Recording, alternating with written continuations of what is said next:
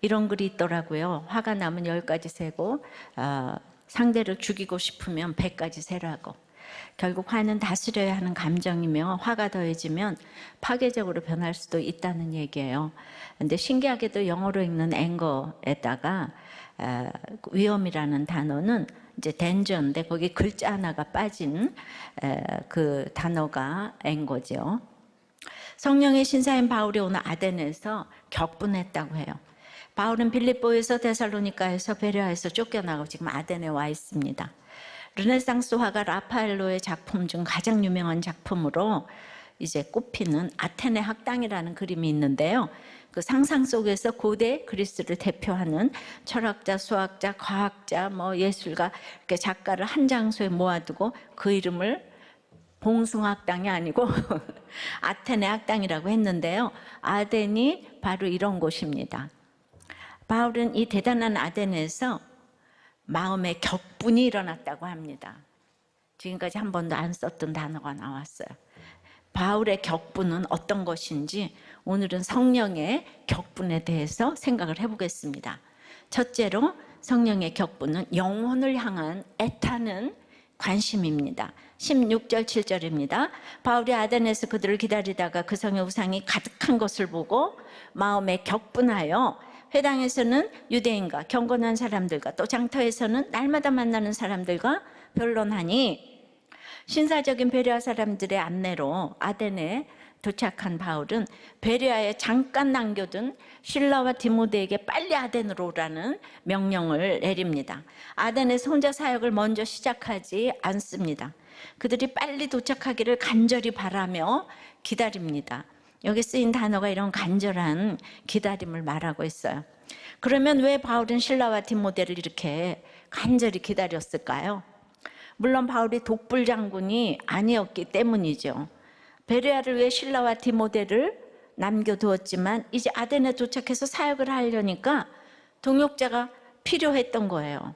그러나 그보다 더 중요한 이유는 실라와 디모데를 사랑해서 양육하려고 했던 것 같아요. 바울도 지금 아덴에는 처음 왔잖아요. 근데 로마 제국 때 아덴은 세가 많이 기울어가지고 인류 도시가 아니었거든요. 그래서 바울도 혼자 와도 괜찮을 거다 그렇게 예상했던 것 같은데 막상 도착하니까 아덴이 생각보다 너무 대단한 거예요. 문화적으로 여전히 헬라 문화 전체를 대표하는 곳임을 이제 직접 보았습니다. 아시아나 마게도니아와는 차원이 다른 아주 이렇게 문화적 선진 도시였던 것이에요. 그래서 따라서 아덴에서의 사역이 앞으로 이어질 그 아가야 사역을 위해서 실라와 디모데를 훈련할 절호의 기회라고 생각했던 것 같아요. 그러니까 너무 대단하니까 디모데하고 실라를 여기를 보여주고 싶었고 여기서 어떻게 양육하는지 같이 양육하고 싶었어요. 이렇게 바울은 동역자를 도구가 아니라 한 사람의 귀한 영혼으로 보았습니다. 그들이 사역에 보태는 도움도 중요했지만 훨씬 더 중요한 것은 그들을 한 명의 온전한 사역자로 양육하는 것이었죠. 거기에 가장 필요한 것이 기다림이에요. 그들이 올 때까지 기다리고 성장할 때까지 기다리고 함께하며 배울 수 있을 때까지 기다리는 것이죠. 이런 기다림은 한 영혼을 향한 애타는 관심에서만 나올 수 있습니다. 바울이 그들이 누군지 알고 그들을 어떻게 쓸지 아는 것이 목적이었다면 그들이 말씀의 사역자로 어떻게 자라고 있는지에 대해서 또 하나님의 사명 앞에 어떻게 서 있는지에 대해서 관심이 없었을 것이에요. 한 영혼을 살리는 것이 최고의 목적임을 알기 때문에 그 영혼을 위해 끊임없이 애타는 관심을 가지고 고민하고 분별하며 기다릴 수 있습니다. 그렇다고 기다리라고 그 당시 돌로 치는 유대인들을 사랑한다면서 기다리라는 거하고는 달라요. 그러니까 이런 말이 여러분들은 참 헷갈릴 것 같아요. 다 차별하지 말라면서요. 왜 이 사람은 왜 차별하는데요? 예, 그건 차별이 아닙니다. 택자가 지금 이제 아닌 거 이 사람들은. 실라와 디모데를 향한 관심으로 그들의 도착을 기다리면서 바울은 아덴을 조사하며 사역을 준비하려고 했을 것이에요. 이제 그래서 도시 곳곳을 살폈는데 아덴, 그 아테네 하면 아까도 말했듯이 철학과 예술의 고향으로 유명하죠. 소크라테스, 아리스토텔레스, 플라톤 여기서 다 이제 활동을 했고, 민주주의도 여기서 시작을 했고요. 신화와 문학이 다 아덴에서 꽃을 피웠습니다. 오늘날까지 음악과 미술의 근간을 이루는 이론과 기법들이 모두 이 아덴에서 나왔어요. 인류 문명의 품격을 담당하는 도시라 할 수 있겠습니다. 그러니까 인류 품격의 본고장, 그러니 아덴 사람들의 자부심이 하늘을 이렇게 찔렀겠죠. 로마에 정복된 이후 세력이 크게 약해졌던 바울 당시에도 이 자부심이 여전했는데요. 이 품격 있는 자부심의 열매는 바울이 딱 보니까 온 도시가 그냥 우상밭, 우상뿐이었어요. 우상이 판을 치는 거예요. 너무나 안 믿는 사람들이 보기에는 보암직하고 탐나는 예술품이었지만은 그냥 우상신들을 숭배하는 그냥 그 온 도시가 테노펜이란 역사가는 이 아테네를 한마디로 전부가 하나의 제단이다. 곳곳에 우상을 섬기는 제단이라고 했어요. 그러니까 이제 상상이 안 되는 그것을 보고 바울이 마음에 격분했어요. 우리가 분노가 일어나면 다 때려부시고 화내고 그러잖아요. 그런데 여기서 격분했다는 말은 단순히 화가 났다는 말이 아니에요. 신약에서는 조금 쓰였는데 구약에 그 헬라어 70인 번역에서 보면 그냥 이 격분했다는 거의 하나님에 대해서만 쓰였어요. 그것도 대부분 금성화지 숭배나 백성들의 우상 숭배와 반역에 대해서 하나님께서 막 진노하셨음을 표현할 때 이 말이 이제 이렇게 쓰였어요. 그래서 멸망할 수밖에 없게 되었을 때 하나님이 너무도 애통한 마음으로 그들의 죄악에 대해서 진노하시는 이 하나님의 거룩한 분노로 격분을 했다는 거예요. 마음이 불붙은 바울은 주말에는 회당에서, 주중에는 매일 장터에 나가서 만나는 사람마다 이제 이렇게 강론을 했는데 17절에 변론이라는 말은 우리가 2절에 강론이라는 말과 같아요. 이 아덴에서는 들리지가 않는 사람들이 거의예요. 교양이 있잖아요, 그죠? 안 들려요. 근데 그들에게 예수 그리스도의 복음을 전한 것은 할 수만 있으면 이 잔을 내게서 치워달라는 예수님의 자기 부인의 고백처럼 힘든 일이었을 것입니다.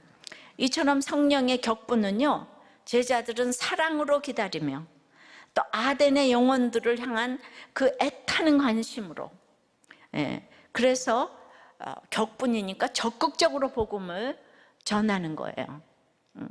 하여튼 이 격분이라는 단어는 아덴 사람한테만 썼기 때문에 바울이 지금 어떻게 돌로 치는 이고니온이나 필리포나 이런 데서도 안 썼던 가장 교양 있는 이 아덴에서 격분했다고 해요.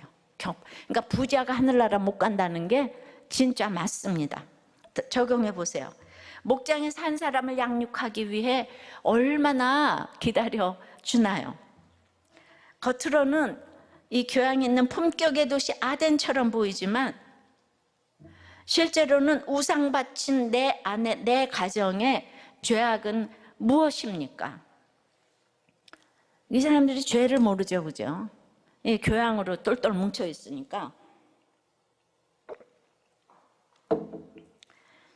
한 통의 메일이 왔습니다.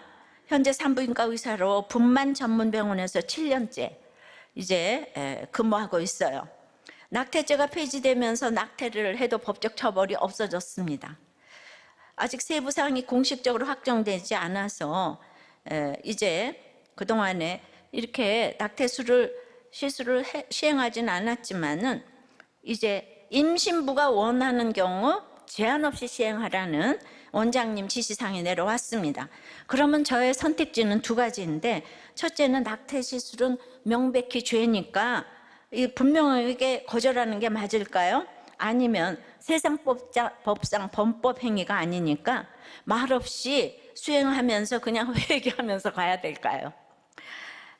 저는 병원에서 월급을 받다 보니까 원장님 지시사항을 거절하기 어려운 처지입니다. 그렇다고 제가 낙태 시술을 못하겠다고 하는 것이 한 생명, 한 영혼을 구원하지 못해서 애통해서 그러는 것인지, 저의 영육간의 안위를 위해서 그러는 것인지, 이것도 좀 의구심이 들기도 합니다. 사실 이거 누가 책임지겠습니까? 제가 짊어져야 할 십자가라는 생각은 듭니다. 목장에서 얘기를 나눴더니 이 산부인과니까 목사님께 메일을 드려보라. 그래서 저한테 메일이 왔는데 저는 그냥 이분은 너무 진짜 리얼 크리스찬 같고요. 이분은 애통하면서 이미 성령의 격분을 하고 계신다고 제가 정말 격려를 해드리고 싶고, 이런 거에 있어서 문제의식을 가졌다는 것만으로 해도 저는 그냥 너무 정말 같이 천국에 갈 것 같아요. 근데 이분이 굉장히 아덴 출신이잖아요. 그런데 어떻게 이런 격분을 할 수 있지? 라고 히스토리를 봤더니 역시 우리들 교회 음행으로 오셨다네요. 그러니까 믿어져요, 이게. 이 음행이 없었으면 약간 경건주의가 아닌가 했었는데, 지금 이런 산부인과 의사가 있다는 게 내가 너무 감사하고, 우리들 교회 의사가 이런 질문을 해줘서 제가 너무 감사합니다. 자, 성령의 격분은 영혼을 향한 애통하는 이게 관심인데, 두 번째는 그러므로 세상의 정신 앞에 격분을 해야 합니다. 18절에요. 어떤 에피쿠로스와 또 스토아 철학자들도 바울과 쟁론할 때 어떤 사람은 이르되 이 말쟁이가 무슨 말을 하고자 하느냐 하고, 어떤 사람은 이르되 이방신들을 전하는 사람인가 보다 하니 이는 바울이 예수와 부활을 전하기 때문이로라. 이제 강론을 하고 복음을 전하러 삶의 현장으로 나아가니까 이제 그 시대의 세상 정신이 바울을 맞이하잖아요. 그 뭔가 하면은 에피쿠로스와 스토아 철학자들이 딱 나뉘어졌어요. 다들 이 둘은 아주 라이벌 관계라는 걸 아시죠? 쾌락과 이 금욕의 라이벌 관계가 서로 옳다고 하면서 바울이 예수와 부활을 전하니까 딱 그들이 한패가 돼가지고 바울과 쟁론을 합니다. 바리새파와 사두개인들이 완전히 적인데 예수님 죽이는 데는 한패가 돼요. 여기도 바울 죽이고자 한패가 됩니다. 세상은 믿음의 대상이 아니에요. 예나 지금이나 사상과 종교의 목적은 다 행복이에요. 에피쿠로스 학파나 스토아 학파 역시 다 행복이 목적이지만 행복으로 가는 길이 이제 달라요. 에피쿠로스는 쾌락을 추구해요. 그런데 이제 사람들이 오해하는 것이 탐욕적으로 쾌락을 추구한다고 생각하는데 그게 아니고요. 여기도 이제 철학이니까 아주 고차원적인 쾌락을 가르쳐요. 그러니까 낮은 수준의 욕망 이런 건 억제하고 유혹을 이겨내서 그래서 즐거운 상태가 되라. 내가 많이 가지는 게 아니라 내 욕심을 버리고 이 작은 것에도 행복을 느끼는 거. 이거 우리 사회가 가르치잖아요. 왜 이렇게 행복을 추구하냐 하면 이들의 출발이 원자론이고 유물론, 즉 죽으면 아무것도 없는 거예요. 그러니까 살아있을 때 행복하자. 그러므로 이 가르침은 고난과 고통을 너무 싫어해요. 그래서 오늘도 무사히의 철학이라고 보시면 되겠습니다. 오늘만 살면 되는 거예요. 이에 비해 스토아 학파는 쉽게 설명하면 이성주의자들인데 금욕주의, 경건주의라고 또 하기도 하고요. 이 스토아는 기둥이라는 뜻이죠. 기둥에서 거닐면서 이 가르침을 전했다고 해서 스토아 철학이라고 합니다. 그러니까 이성이 최고의 판단 기준이고, 그래서 이제 냉철한 이성적 생각 끝에 마음의 평화에 도달해가지고 운명적으로 주어진 일에 더욱더 능동적으로 해내야 된다. 그러면 다 비슷해 보여요. 그런데 그러니까 이성을 따라서 생각하면서 모든 걸 충족하고 이 사상이 발전해서 영지주의가 되는데, 아주 그냥 그 아덴의 전체가 거대한 신의 그 이성의 하나가 된다고 해서 신이 많잖아요. 범신론이라고 합니다. 따라서 스토아 철학은 한마디로 이제 이성이 왕노릇하는 슈퍼맨 또는 슈퍼히어로가 되기를 추구하는 철학이에요. 그래서 로마의 지도층과 황제들이 이 스토아 철학을 아주 좋아했습니다. 그러니까 육체를 부정하니까, 육체는 더러운 거니까, 이성만 있으니까, 물질을 부정하니까, 그래서 육체는 아무것도 아니니까 자살을 아주 선한 것이라고 가르쳤어요. 자살 또한 이성적으로 심사숙고한 뒤에 이제 행할 수 있는 거예요. 이성이 중요하니까. 근데 그 사람의 삶이 고통스러울 때는 정당한 행위라고 보았기 때문에 실제로 이 스토아 학파 창설한 제논이 자살을 했어요. 두 번째 후계자 클레안테스도 자살을 했어요. 네로의 스승인 유명한 스토아 철학자 세네카는 노년이 되어 육체적 쇠락이 와서 자살하는 것은 옳은 일이라고 주장을 했어요. 이 세네카도 자살을 했어요. 그 제자인 네로 황제도 자살을 했습니다. 그러한 논리에 따라 로마의 스토아 학파는 심사숙고한 사람이 이성적으로 자살을 원할 때면 정맥을 자르는데 능숙한 기술자를 보내주는 서비스도 제공을 했다고 합니다. 그래서 우리나라 지도자들도 이 스토아 학파라서 자살들을 할까요? 예전에는 상상도 못한 자살이 너무 쉽게 행해집니다. 우리나라가 예전보다 굉장히 아덴이 됐잖아요. 그러니까 황제들이 좋아하는 이 자살, 황제들이 좋아하는 동성애, 그러니까 쾌락의 끝판왕이고, 그리고 이제 나중에 딱 육체를 부정하니까 그 나의 그 이성과 이런 명성에 맞지 않으면 딱 자살을 하는, 이게 얼마나 매력이 있었겠습니까? 그러니까 이제 어떤 분은 지난주 제 설교에 대해서, 목사님은 상관없는 연예인에 대해서는 시기 질투하지 않는다고 했는데, 자기는 자기가 좋아하는 그 연예인에 대해서 누가 뭐라고 하면 용납할 수가 없다고 그러대요. 그러니까 요새 연예인들 자기가 좋아하는 팬, 요새 중년의 그 팬카페가 많아가지고 서로 싸우고 그러더라고요. 그리고 그 사람이 광고 나오면 다 쓴대요. 그 사람이 좋아하는 연예인이 나오면은 그런다고 하더라고요. 그러니까 인간이 추구하는 삶은 결국 이 두 종류의 삶이 적당히 섞인 것 아니겠습니까? 그러니까 에피쿠로스 이 학파처럼 무사한 일을 추구하는 부분도 있고, 스토아 학파처럼 군계 일학을 추구하는 부분도 있어요. 상황에 맞게 이 두 부분을 잘 조합해서 대처하는 게 인간의 지략이라고 하는 거예요. 결국 다 행복을 추구하는 인본적인 노력이 되겠습니다. 예수가 없으면 그러니까 다 이렇게 살아가는 거죠. 여러분은 쾌락주의입니까? 금욕주의입니까? 경건주의입니까? 근데 결국은 겉으로 쾌락, 겉으로 경건해도 뒤로 가면 다 똑같다고요. 결국은 다 끝에 가보면은 이제 뭐 자살을 하든지, 끝에 가면 또 음란에 문제가 있던지, 인간의 한계인 거죠. 그러니까 이제 이런 스토아와 에피쿠로스 학파의 가르침을 듣고 어떻게 격분하지 않을 수가 있겠습니까, 바울이?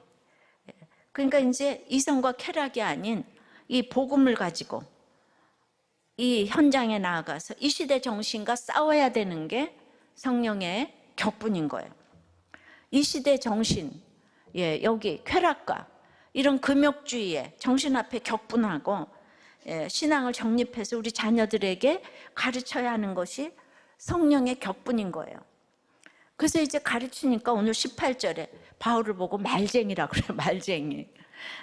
이거는 바닥에 떨어진 모이를 정신없이 쪼아먹는 참새를 보며 만든 표현인데요. 그런 참새처럼 여기저기서 단편적인 지식을 주워다 짜깁기 해서 그렇듯한 썰을 만들어 풀어대는 거리의 철학자들을 아주 폄하하는 말인데, 그걸 바울에다가 딱 하면서 이 말쟁이가, 바울이 비아냥을 몰랐을 리가 없죠.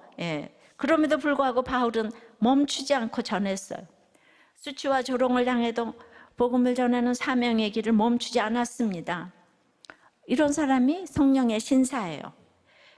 날마다 장터에 나가서 예수와 부활을 전하고 또 전했어요.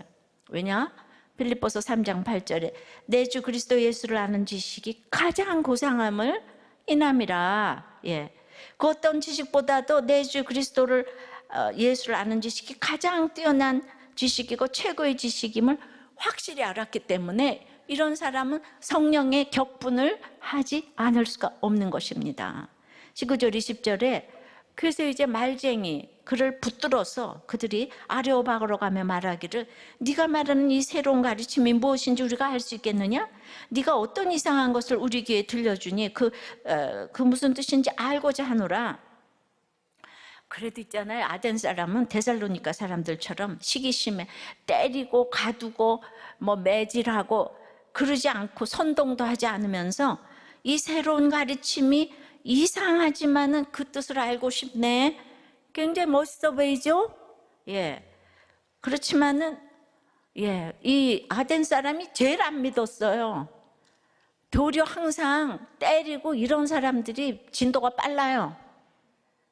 그러니까 자고로 때리는 사람들은 이혼 안 해요. 안 때리는 사람들이 이혼해요. 말 한마디 안 하고 이렇게 있다가 교양 있게 있다가 내일 이혼해요. 교양 있는 사람이 제일 무서운 거예요. 예. 그래서 이제 진짜 더 안 변하는 사람이 바로 이 아덴 사람들이에요. 아레오바고를 끌고 갔어요. 아레오스 파고스는 옛부터 이어진 그 아테네의 최고 법정인데요. 그 종교와 문화에 대해서 아주 결정권을 가지고 있었습니다. 아레오라는 말은 전쟁이고요. 바고는 언덕이라는 말이에요. 의미상 전쟁의 언덕으로 바울은 이 시대의 정신 앞에 붙들려 갔어요. 예. 말쟁이라고 해서. 예. 그러니까 옥에가 친 빌립보에서도 소동이 일어난 데살로니가에서도 그리스도의 죽음과 부활을 강론할 때 늘 그렇게 믿는 사람이 있었는데 지금 한 사람도 믿는 사람이 없어요. 지금 아덴에 현재 지금까지 아무도 알아듣지도 못하고 말쟁이라고 조롱하는 이 아레오바고 이 전쟁터에 우리는 붙들려 가야 합니다. 전쟁터로 나가야 합니다. 여로보암과 르호보암 사이에 일생 전쟁이 있어요. 왜냐하면 전쟁을 통해서만 나의 단단한 이 행복을 추구하는 가치관이 깨지기 때문이에요. 이 땅에서 전쟁을 피하고 평화를 추구하는 것이 복음이 아니에요. 한 손에는 성경을 들고 한 손에는 신문을 보면서 우리는 거대한 시대 정신 앞에 격분하면서 싸워야 돼요. 그 세력이 너무너무 강력한 짐승과 용의 세력이라고 계시록 할 때 들었잖아요. 싸우다 보니까 계속 싸우다 보니까 내가 싸울 상대가 배우자인 줄 알았는데 자녀인 줄 알았는데 돈인 줄 알았는데 이 전쟁을 통해 바로 내가 내 자아가 나의 오름이 내 생각이 이 전쟁 가운데 죽어져야 할 대상임을 깨닫고 바로 내가 하나님을 거스리는 최고의 원수임을 깨닫고 우리 맨날 상대방 보고 뭐라 그래요. 그 내 죄를 깨달아야 되는데 날마다 주어지는 하나님의 말씀 앞에 상고하면서 이제 판단하고 분별을 해서 자기를 부인하고 죽어져야만 부활의 승리를 경험할 수가 있는데 날마다 상대방 보고 잘못했대요. 아직도 해결이 안 된대요. 그러니까 어떤 경우에도 내가 하나님 앞에서 죽어져야 될 죄인 중에 개수가 난데 자꾸 상대방 나는 그것만은 용서 못해. 그것만은 안 돼. 그게 어디서 이런 아니 예수님이 십자가에 달려 돌아가셨는데 학교 현장에서 시장에서 삶의 현장에서 자녀들에게 그냥 이성적으로 합리적으로 성은 네가 선택하는 거다. 남성과 여성도 네가 선택하는 거야. 생명까지도 네가 선택할 수 있다고 가르치는 이 시대의 현장, 우리나라의 현장이죠. 더 나아 가정도 이성적으로 선택해서 이혼하고 또 선택해서 재혼하고 또 선택해서 이혼하고 네 삶을 네 이성으로 선택해야 된다는 이 스토아의 이 철학적인 이 현실 앞에 우리는 삶의 치열한 터전인 이 시장으로 들어가서 변론을 할 때 바울처럼 말쟁이다, 고리타분하다, 배타적이다 조롱을 받을 수 있어야 되는 거죠. 이게 성령의 격분이라는 거예요. 애통하면서 네가 죽게 생겼는데 내가 어떻게 교양 있게 얘기를 할 수가 있겠어요.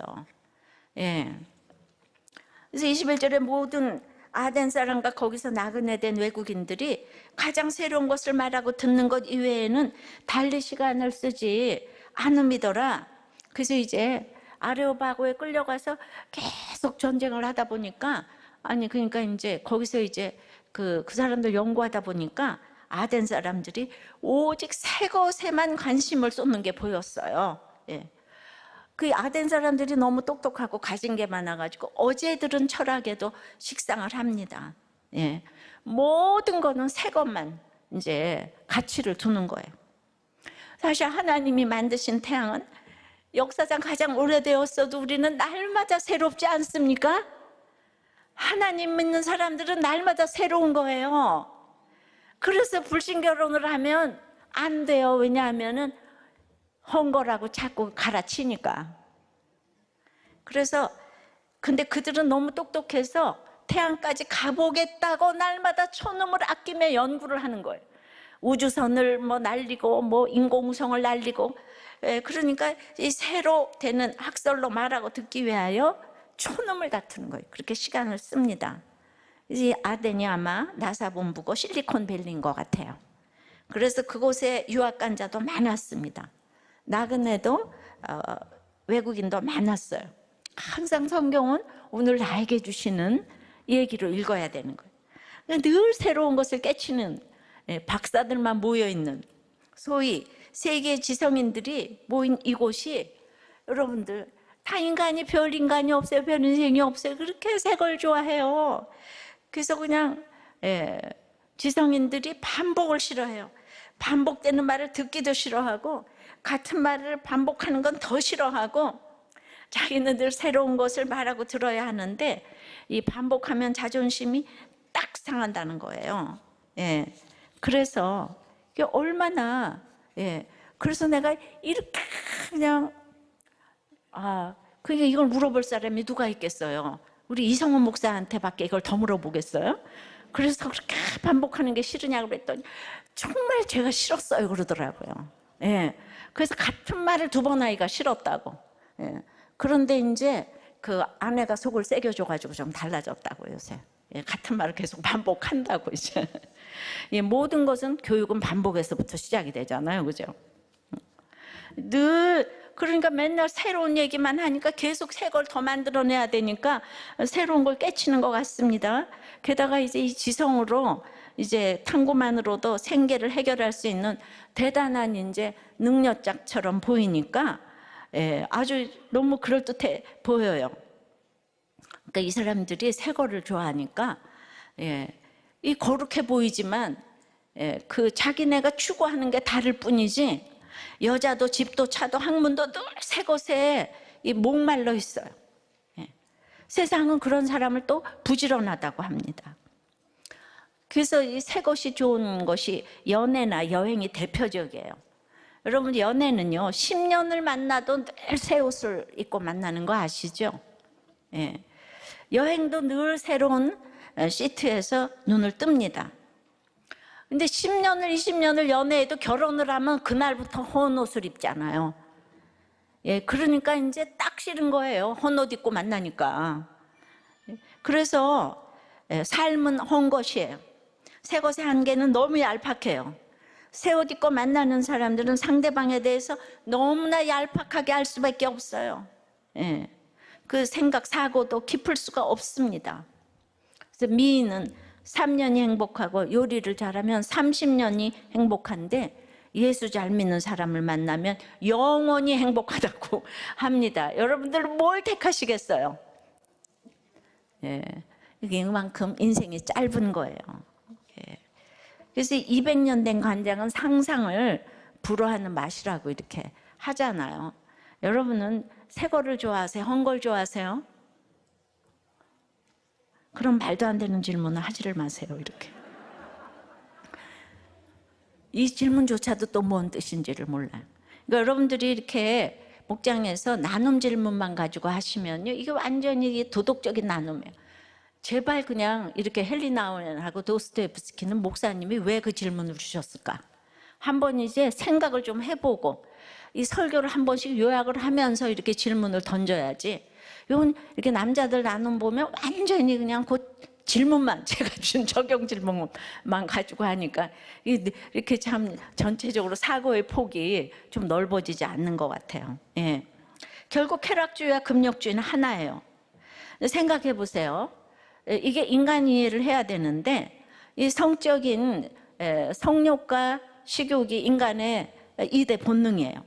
근데 이 성적인 기쁨을, 이 죄를 짓고 있는 사람들은 그걸 끊을 수가 없는데, 이 쾌락이 정당하다고 하니까 육은 다 이게 부정적이고, 그러니까 여기는 아무거나 쏟아부어도 된다고 하니까. 그러니까 얼마나 에피쿠로스 학파에 또 표를 주고 싶고, 또한 그게 또 스토아 학파도 마찬가지인 거죠. 이쪽은 쾌락이고 이쪽은 경건을 가장했지만 사실은 똑같은 거거든요. 예. 그러니까 이제 또 죽고 싶은데 자살이 정당하다고 하니까 올소이다 하는 거죠. 예. 예, 그러나 바울의 새로운 가르침은 인생의 목적은 행복이 아니라 거룩이라는 거예요. 고난이 축복이다. 가정은 지킬 만한 최고의 가치다. 생명은 지키고 나야 한다. 이렇게 세상이 알아듣지 못하는 방언을 우리는 계속 변론을 하고 적극적으로 전하고 격분을 해야 되는 거예요. 근데 바로 이제 어저께 그제 그룹 간의 세 개의 결혼인 선남 선녀가 결혼 8개월 만에 이혼을 했다는 거예요. 너무 안타깝죠? 예, 얼굴 뭐 이뻐, 공부 많이 했어, 돈 많아, 그럼 행복해야 되잖아요. 근데 모든 걸 이렇게 갖췄는데 근데 이럴 땐 정말 한마디만 해주면 이혼 안 할 텐데 하는 마음이 늘 있지만은 여기가 아덴 사람들이니까 모든 걸 너무 갖췄기 때문에 이게 이제 들리지가 이제 않는 거죠. 또 그런 독일의 슈레더 전 총리가 이제 그 5번째 결혼을 하고 한국인 아내하고는 2번째 결혼을 해서 한국인 남편한테 소송을 당해서 3천만 원 판결이 나왔다니까 그게 이제 일부 그 책임이 있는 거죠. 굉장히 지도자들이잖아요. 그런데 이 통역 한 번의 만남으로 양쪽 가정이 다 깨진 거예요. 그러니까 여자나 남자나 저 남자의 그 동선에 대해서 관심을 가질 수밖에 없는 게 한 번의 만남에 양쪽 가정이 다 깨졌어요. 그 통역 한 번의 만남에. 그러니까 불꽃 같은 눈으로 우리가 감시를 해야 되겠어요? 안 해야 되겠어요? 한 번의 만남이 역사를 바꾸니까 그만큼 이제 남자는 흙이고 티끌이고 먼지 같아서 맨날 돌아다니니까 참 피곤하죠. 예, 빌 게이츠는 이렇게 전 세계의 존경을 받다가 더 이상 부부로서 함께 성장할 수 없다면서 이혼을 했어요. 그러니까 이거 이 시대의 사조잖아요. 이 시대의 정신이에요. 여기에 격분을 해야 되는데 격분하는 사람 하나도 없죠. 그러니까 이혼이 너무 요새 아무렇지도 않으니까 이 재벌 사람들도 이렇게 하는 거예요. 그만큼 우리 때보다 지금 너무 그게 자유로워졌어요. 인권이 왕노릇하니까. 그러니까 내가 너무 이혼하고 싶고 이러는데 에피크로스 학파 이론이 얼마나 가뭄의 단비 같습니까? 동성애자들에게 헨리 나우엔의 예수를 안 믿어도 구원받을 수 있다. 그러니까 자꾸 내가 죄를 지으면은 진리를 자꾸 왜곡시켜요.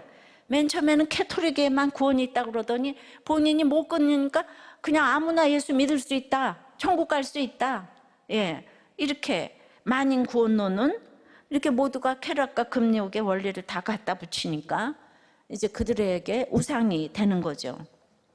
근데 너무 이해가 되는 거예요. 나는 돈 많아. 그런 환경에 있어. 마음대로 만날 수 있어. 근데 내가 그 짜릿한 기쁨을 아는데 내가 왜 끊겠어요? 돈 많고 환경이 되는데. 그걸 뭐라고 할 수가 없어요. 예수 믿기 전에는 그런 걸 끊을 자가 없어요. 자기가 생각하는 우상이 좀 다를 뿐이에요. 이 사람은 게임이고 여기는 성적 중독이고 뭐 이런. 그런데 여기서 가정을 깨도 좋고 그래서 이렇게 하다가 그 다음엔 또 내가 죽고 싶은데 또 자살을 합리화시켜주고 그러니까 다 맞다고 하는 거죠. 이 세상은 주님이 악하고 음란하다 그랬어요. 이 세상의 특징이. 근데 이 세상에 악을 합리화시켜주는 이 정신이 바로 에피쿠로스와 스토아 이 철학이라는 거예요. 양쪽의 주장이 다르지만 똑같은 거예요.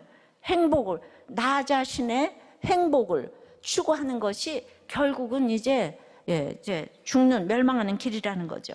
그러니까 이 새로운 가르침은 인간의 본성을 거스려야 하는 가르침인 거예요. 예. 그러니까 악하고 음란한 본성을 거스려야 하는 가르침에 바울은 격분을 했잖아요. 근데 이거 얼마나 좁은 길이겠어요. 내가 하고 싶은 걸 하지 말라고 하니까. 그러니까 우리들 교회는 굉장히 아주 그냥 너무 좋아하는 사람도 있지만 돌로 치고 싶은 사람도 많은 교회예요. 이 본성을 자꾸 거스리는 가르침을 하니까 지금 이것 때문에 살아나잖아요. 살아나니까 한쪽에서 너무 싫은 거죠. 예. 이제 읽으면 읽을수록 아덴 사람들이 이해가 되고, 그리고 내 옆에 사람들이 돈 많고 환경이 되는데 못 끊는 거에 대해서 정죄할 수가 없어요. 어떻게 그럴 수가 있냐? 그럴 수가 있어요. 지금 봐요. 이 세기의 선남 선녀도 모든 거 갖추고 그냥 딱 이혼을 해버리잖아요. 그냥 얼마나 이 주님의 새로운 가르침을 전하기가 이게 힘든 길이겠냐. 격분을 하지 않으면 우리는 전할 수가 없어. 어떻게 이 지도자 동무들한테 가서 이 얘기를 할 수가 있겠어요? 주눅이 팍 뜨는데. 아니 그냥 이 포스트맨한테 가서 뭐 하지 말라고 이런 말을 어떻게 하겠어요, 그죠? 그러니까 진짜 보니까 그냥 진짜 이 길을 가는 게 진짜 힘든 일이구나. 바울에 대해서 너무 이해가 됩니다. 적용해 보세요. 나는 이혼, 낙태, 동성애 등 앞에 말쟁이, 행동쟁이가 되어서 조롱을 받으며 격분하고 있습니까? 아니면 얼마든지 이성적으로 그럴 수 있다고 존중하고 있습니까? 예. 여러분은 새 차, 새 집, 새 여자, 새 남자, 새 학문, 새 목장, 새 여행 어디에 우상을 삼고 있습니까? 목장도 그렇게 새 것만 좋아하는 분이 계세요. 정말 나는 아주 같은 사람 만나는 게 지겨워. 남자들은 오직 새 차에 꽂혀 있나요? 집은 못 바꾸니까 차라도. 여자는 못 바꾸니까 차라도.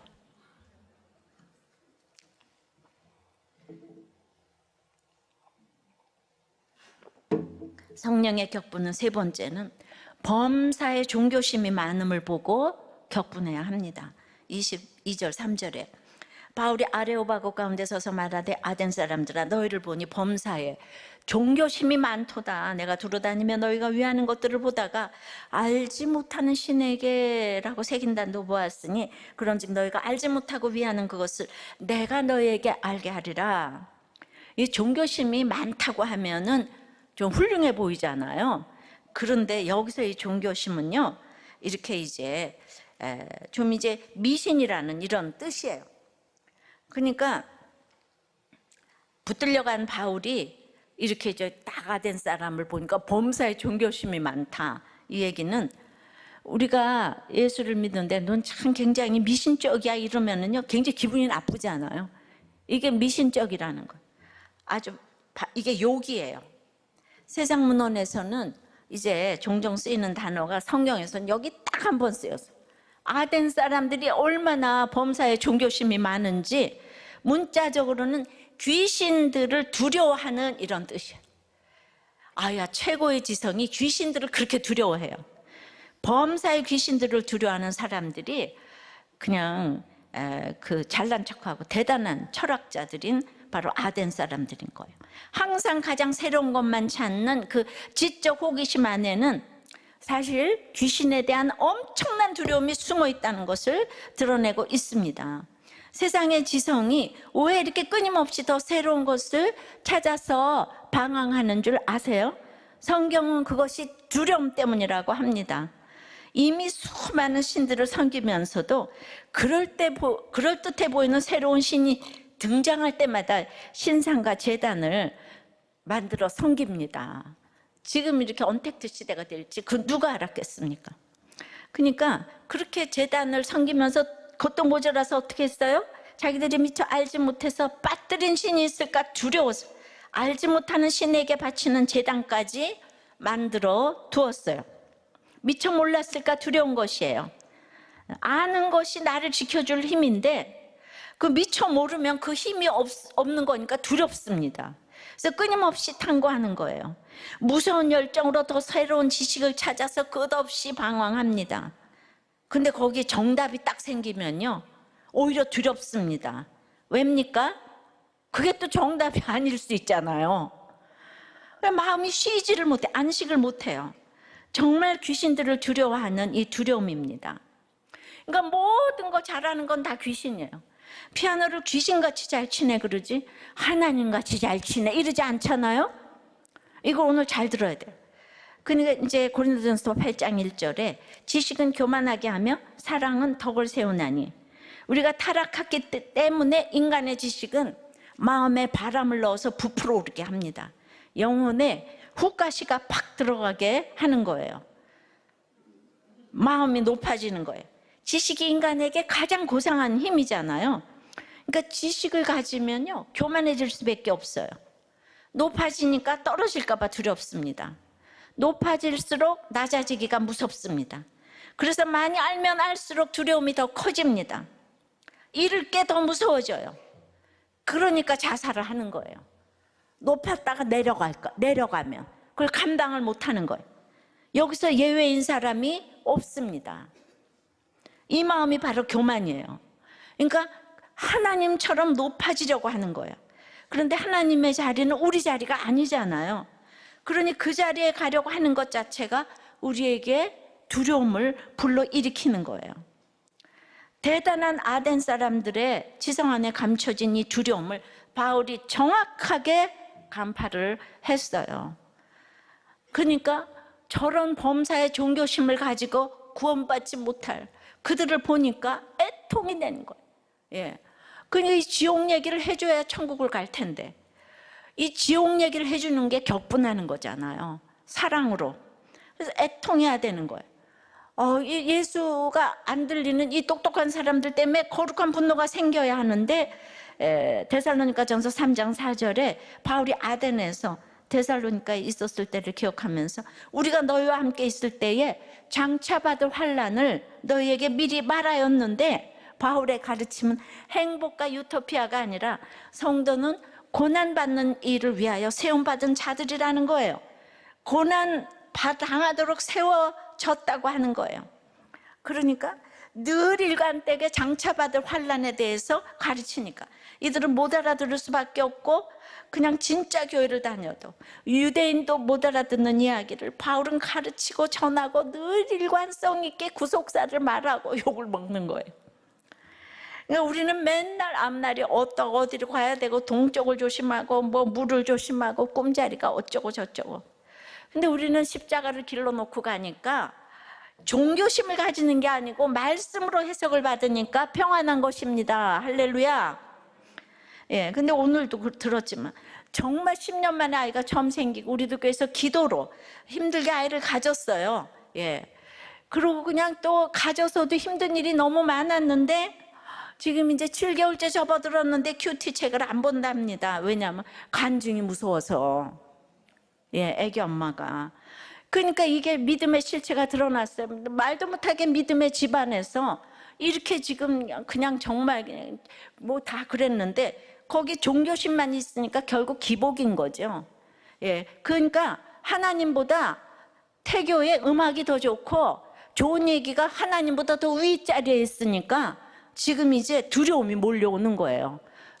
간증을 들으면 이렇게 될까 봐. 그러니까 이게 믿는 사람이나 안 믿는 사람이나 똑같은 거잖아요. 너무 그냥 믿음의 깊이가 얄팍한 거예요. 이게 귀신 믿는 거 아니고 뭐겠어요? 하나님을 믿으면 그렇겠습니까? 그 자리에 하나님 자리에 음악이가 있고 태교가가 있고 지금 그러는 거죠. 적용 질문 드립니다. 여정난 방식으로 반복하기 지겨운 일은 무엇입니까? 가장 새로운 것을 찾는 대단한 지성 앞에 두려움이 숨어 있다는 말이 얼마나 인정이 됩니까? 알지 못하고 위하는 헛된 우상은 무엇입니까? 아덴 사람이 헛된 것을 알지 못하고 위하는데 믿는 사람이 기복적으로 섬기는 우상과 지금 똑같은 거죠. 내가 뭐 이렇게 헌금하고 봉사하고 이 모든 것들이 기복을 위해서 하면 그 귀신 섬기는 거라 이 말입니다. 하나님 자체가 제일 위에 있어야 되는데 생색이 나는 거죠. 굉장히 어렵습니까? 이해가 됩니까? 할렐루야. 자, 공동체 고백은 이 남편이 막 S대를 비롯하여 명문대 경영학도의 카이스트 금융공학대학원을 또 졸업하고 미국의 유수한 MBA를 또 졸업하고 한때는 신문방송, 라디오 등 각종 매스컴을 장식하기도 했던 금융 전문가. 그런데 이 금융 전문가께서 7년 전에 선물 옵션을 해가지고 집 2채를 날리고 반지하에서 살게 되었어요. 그러니까 요새 유튜버들이 그냥 나와서 해대는데 그런 거 믿지 마세요. 금융공학대학원을 나와서 이분이 카이스트에. 아우, 인류는 다 거쳤어요. 그랬는데 강남에 집이 너무 허름한 게 있는데 그 고치기도 너무 힘들고 세입자가 빨리 나간다 그래가지고 할 수 없이 그냥 너무 고치기도 싫어가지고 그냥 팔아버렸다는 거예요. 그나마 그거 이제 여기 이 동네 그냥 계약서에 도장이 더 마르기 전에 집값이 뛰고 또 뛰었는데 재건축이 돼가지고 미치고 풀짝 될 일이.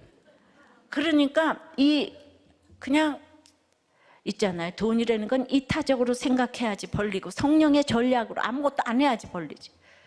내가 비트코인이 나쁜 건 아니에요. 그 플랫폼이 그렇게 이제 그랬는데 그거 하려면 24시간 거기에 붙들려 있어야 되니까 다 0이 피폐해지는 거예요.